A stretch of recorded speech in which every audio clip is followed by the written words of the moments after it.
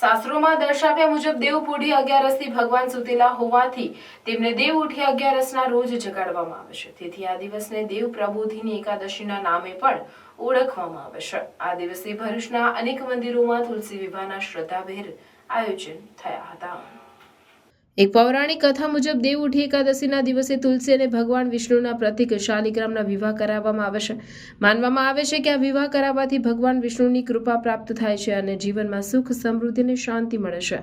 તુલસીને દેવી લક્ષ્મીનો અવતાર માનવામાં આવે છે. તે સુખ, સમૃદ્ધિ અને શાંતિની દેવી છે. શાલિગ્રામ શિલાને ભગવાન વિષ્ણુનો અવતાર માનવામાં આવે છે. તુલસી વિવાહના દિવસે માતા તુલસી અને ભગવાન શાલિગ્રામની પૂજા કરવાથી વ્યક્તિને અનંત પુણ્યની પ્રાપ્તિ થાય છે અને ઘરમાં ધનની વૃદ્ધિ થાય છે. ભગવાન વિષ્ણુએ વૃંદાને કહ્યું હતું કે આવતા જન્મમાં તમે એક છોડ સ્વરૂપે પ્રગટ થશો જેનું નામ હશે તુલસી. તમે મને લક્ષ્મી કરતાં પણ વધારે પ્રિય હશો. તમારું સ્થાન મારા માથા પર હશે. એટલું જ નહીં, તમારા વગર હું કોઈ પણ પ્રકારનું ભોજન ગ્રહણ નહીં કરું. તેથી જ ભગવાન વિષ્ણુ કે તેમના તમામ અવતારની પૂજાના પ્રસાદમાં તુલસી પત્ર હોવું ખૂબ જ જરૂરી છે. ભરૂચના વિવિધ મંદિરોમાં તુલસી વિવાહનું આયોજન કરવામાં આવ્યું હતું. જેમાં ભરૂચના શક્તિનાથ મહાદેવ મંદિર ખાતે તુલસી વિવાહનું આયોજન કરવામાં આવ્યું. જેમાં ભરૂચમાં રહેતા દેવ્યાનીબેન મોદીને કન્યા પક્ષ તરફથી એટલે કે તુલસી માતાના માતા પિતા બનવાનું સૌભાગ્ય પ્રાપ્ત થયું હતું.